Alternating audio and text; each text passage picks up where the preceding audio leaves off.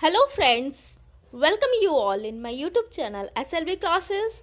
Guys, today we are going to discuss some MCQs based on teaching aptitude for NTA UGC NET JRF exam. But before starting this video, I wanted to say something about my YouTube channel SLB classes.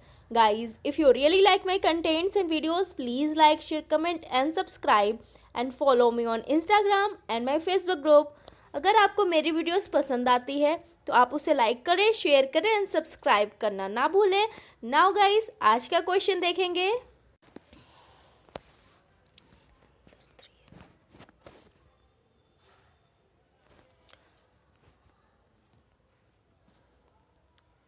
Now guys, यहाँ पर हम लोग discuss करने वाले हैं MCQ जो कि totally based है टीचिंग एप्टीट्यूड पर यूजीसी नेट एग्ज़ाम के लिए. ओके गाइस, और यहाँ पर हम लोग कुछ प्रीवियस ईयर पेपर सॉल्व करने वाले हैं 2006 से लेकर 2018 वन बाय वन. मैं पार्ट बाय पार्ट अपलोड करूँगी वीडियोस को, तो आप टाइम टू टाइम मेरे वीडियोस को ज़रूर देखिए. ओके, और ये सारे लेटेस्ट सिलेबस पर बेस्ड है. तो अब क्वेश्चन है आपका, देखिए, question based on UGC NET exam July 2018. तो यहाँ पे हम लोग डिस्कस करने वाले हैं जुलाई 2018 में जितने भी क्वेश्चन आए थे यूजीसी नेट में, वो हम लोग यहाँ पर डिस्कस करेंगे. तो आइए देखते हैं क्या है question. Which of the following set of statements best describe the nature and objective of teaching? तो यहाँ पर गाइस बात हो रही है कि इसमें से कौन सा स्टेटमेंट बेस्ट है जो कि अच्छे से डिस्क्राइब कर रहा है नेचर और ऑब्जेक्टिव्स ऑफ टीचिंग के लिए. ओके गाइस, तो यहाँ पे है indicate your answer by selecting from the code. तो हम लोगों को यहाँ पर जो कोड नंबर्स गिवन है ओके ऑप्शंस में, तो उसके अकॉर्डिंग हम लोगों को सेलेक्ट करना है. ठीक है, ए में क्या दिया है, teaching and learning are integrally related. तो जो टीचिंग एंड लर्निंग है वो इंटीग्रली एक दूसरे से रिलेट कर रहे हैं. ठीक है, there is no difference between teaching and training. तो यहाँ पर बताया जा रहा है कि कोई भी यहाँ पर डिफरेंस नहीं है टीचिंग और ट्रेनिंग में. Okay guys, concern of all teaching is to ensure some kind of transformation in students. तो बिल्कुल भी स्टूडेंट्स के अंदर जो ट्रांसफॉर्मेशन होता है टीचिंग के जरिए ही आया जाता है.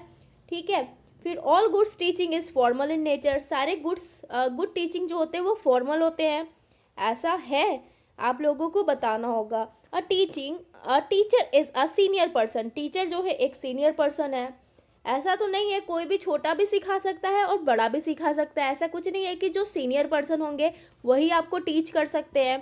ठीक है, तो ये भी यहाँ पे कट हो जाएगा, ये तो रिप्लेस करना ही करना है. फिर आप देखते हैं, teaching is a social act whereas learning is a personal act. बिल्कुल सही है. ये यहाँ पे बात हो रही है कि जो टीचिंग है एक तरीके से सोशल एक्ट है, सामाजिक एक्ट है. यानी कोई किसी को शिक्षा दे रहा है ना, तो सामाजिक तौर पे ही वो हो रहा है. ठीक है, लेकिन लर्निंग क्या है, पर्सनल एक्ट है. आप चाहें तो सीख सकते हैं और चाहे तो नहीं सीख सकते हैं. तो ये आपके ऊपर डिपेंड करता है, इसलिए ये क्या है, पर्सनल एक्ट है.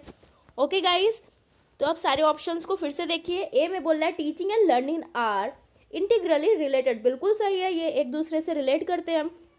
ओके, और there is no difference between teaching and training. ये रॉन्ग हो जाएगा क्योंकि डिफरेंस होता है, टीचिंग अलग है और ट्रेनिंग अलग है. Okay, concern of all the teaching is to ensure some kind of transformation. ये भी होगा आपका ऑप्शन सी.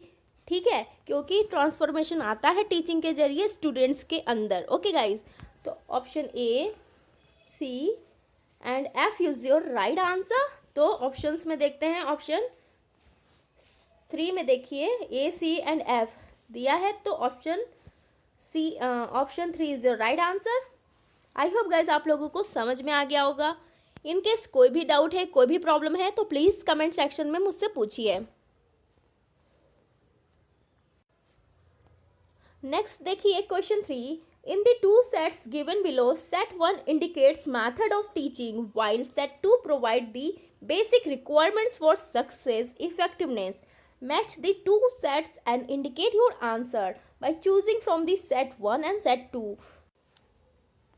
तो सेट 1 में क्या बोल रहा है, method of teaching, and set 2 में बोल रहा है basic requirements for success and effectiveness. तो ए में क्या है, लेक्चरिंग, बी में discussion in groups, C brainstorming and D programmed instructional procedure. Okay guys, और यहाँ पे क्या बात हो रही है, Small step presentation with feedback provided, production of large number of ideas, content delivery in a lucid language, use of teaching aids, theme based interaction among participants code. यहाँ पर देखिए कोड भी गिवन है, तो क्या होगा इसका, जस्ट अ मिनट।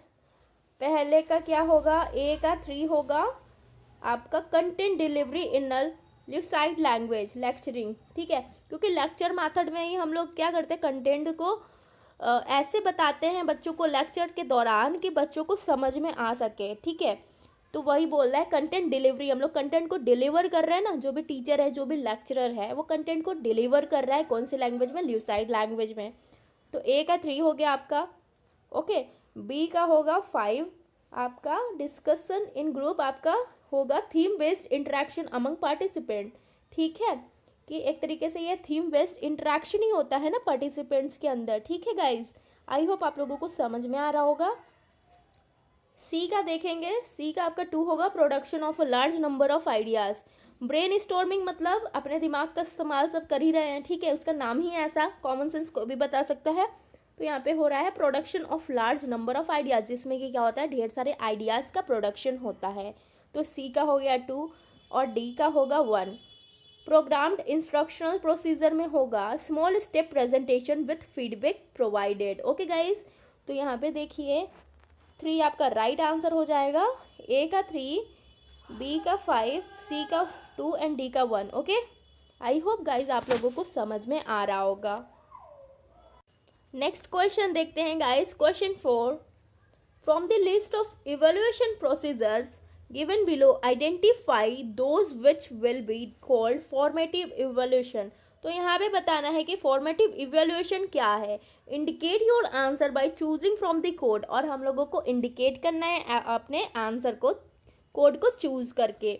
तो कैसे करेंगे आइए देखते हैं। ऑप्शन यहाँ पर पॉइंट ए है, a teacher awards grade two students after having transacted the course work during interaction with students in the classroom, the teacher provides corrective feedback, the teacher gives mark to students on a unit test, या तो the teacher clarifies the doubt of students in the class itself, या तो the overall performance of a students is reported to parents at every 3 months interval.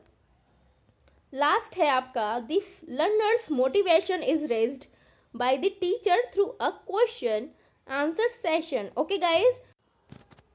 Question फिर से ध्यान से देखिए, from the list of evolution procedure, यहाँ पे procedures given है, उसको बता रहा है कि जो है आइडेंटिफाई कर रहा है उसका क्या है, फॉर्मेटिव इवोल्यूशन बताया गया है, ओके। तो यहाँ पर हम लोगों को बताना है indicate your answer by choosing from the code, तो हम लोगों को अपने आंसर को इंडिकेट करना है कोड को चूज करके, ओके। तो क्वेश्चन में है अ टीचर अवॉर्ड्स ग्रेड, जो टीचर होते हैं वो स्टूडेंट्स को ग्रेड करते हैं, okay, having transacted the work course work, जो भी उनके कोर्स वर्क वगैरह होते हैं उसके रिगार्डिंग उनको ग्रेड दिया जाता है, वो टीचर्स अवॉर्ड करते हैं, okay. During the interaction with students, यहाँ पे बात हो रही है कि इंटरेक्शन स्टूडेंट्स में, ठीक है, जैसे स्टूडेंट टीचर की जो इंटरेक्शन वगैरह होते हैं क्लासरूम में उसकी बात कर रहा है। The teacher provide corrective feedback, तो यहाँ पे बात हो रहा है कि इंटरेक्शन के दौरान स्टूडेंट में जो क्लासरूम में हो रहा है टीचर क्या कर रहा है, प्रोवाइड कर रहा है करेक्टिव फीडबैक। फीडबैक होता है ना, जैसे क्लास वगैरह हो गए उसके बाद फीडबैक मांगा जाता है कि आपको क्लास कैसी लगी, ओके। तो इसी तरीके से टीचर को भी बताना पड़ता है कि स्टूडेंट ने एक्टिवनेस अपना दिखाया है या नहीं, एक्टिवली वो पार्ट कर रहा है या नहीं कर रहा है, ओके।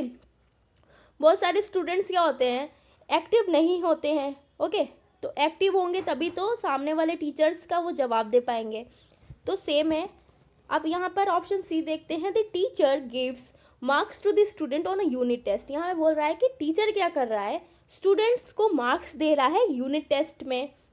ऑप्शन डी में है, the teacher clarifies the doubt of the students, बिल्कुल भी टीचर जो होते हैं स्टूडेंट्स के डाउट को क्लैरिफाई करते हैं इन द क्लास इटसेल्फ, वो खुद ही क्लास में क्या करते हैं, जो भी डाउट है जो भी कंफ्यूजन है स्टूडेंट्स का, टीचर का काम है कि उसको क्लैरिफाई करना।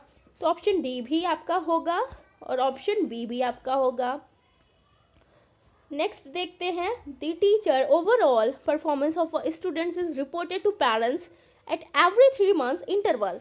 तो यहाँ पे बोल रहा है कि स्टूडेंट का जो ओवरऑल परफॉर्मेंस होता है रिपोर्ट करना चाहिए पेरेंट्स को एवरी 3 months में, ठीक है, हर 3 महीने में बताना चाहिए, ये नहीं होगा। एफ देखते हैं, the learners motivation is raised bye teacher through a question answer session. अगर क्वेश्चन आंसर सेशन होगा तो जो लर्नर्स होते हैं वो मोटिवेट होंगे। ओके, टीचर्स के थ्रू अगर क्वेश्चन पूछा जा रहा है, अगर इन केस स्टूडेंट ने जवाब दिया तो इससे ये पता चलेगा कि बच्चे को कितना समझ में आ रहा है। अगर उसने जवाब नहीं दिया है तो इससे टीचर को ये पता चल जाएगा कि वो बच्चा एक्टिव नहीं है, तो उसको वो फिर से समझाएगा। ओके गाइज, तो इसीलिए ऑप्शन बी भी आपका राइट होगा। तो अब देखते हैं बी, डी और एफ कौन से ऑप्शंस में आता है। बी, डी, एफ ऑप्शन 4 में आ रहा है, तो option 4 is your right answer. Next देखते हैं क्वेश्चन 5। क्वेश्चन 5 देखिए, असर्शन एंड रीजन। तो यहाँ पर क्वेश्चन 5 में असर्शन क्या दिया है, all teaching should aim at ensuring learning. तो जितने भी टीचिंग हैं वो एंश्योर क्या करते हैं, उनके एम क्या होते हैं कि एंश्योर कर सके लर्निंग को। ओके, और इसका रीज़न क्या दे रहा है, all learning results from teaching. तो क्या सारे लर्निंग्स जो होते हैं वो टीचिंग से आते हैं, यहाँ पे यही बोल रहा है कि सारे लर्निंग्स कहाँ से आ रहे हैं, रिजल्ट कहाँ से कर रहे हैं, टीचिंग से कर रहे हैं। ओके, तो ये क्या है आपका, all teaching should aim at ensuring learning, ये आपका राइट है। But all learnings result from teaching ये आपका सही नहीं है, ये फॉल्स है। तो इसका राइट ऑप्शन होगा option 3, A is true but R is false, यानी ए आपका सही है, ऑल टीचिंग एंश्योर लर्निंग ये आपका बिल्कुल सही है, बट रीजन इसका क्या है, रॉन्ग है, यानी all learnings result from teaching ये आपका रॉन्ग है। आई होप गाइज आप लोगों को समझ में आया होगा। इन केस कोई भी डाउट है, कोई भी प्रॉब्लम है, तो प्लीज़ कमेंट सेक्शन में मुझसे पूछिए। And one more thing is that कि मैं आगे के questions part by part video upload करूँगी, तो आप मेरे वीडियोस को टाइम टू टाइम देखिए। और अगर नहीं समझ में आ रहा है तो आप कमेंट सेक्शन में मुझसे कुछ भी पूछ सकते हैं regarding any doubts, any confusion. Thank you guys for watching my video.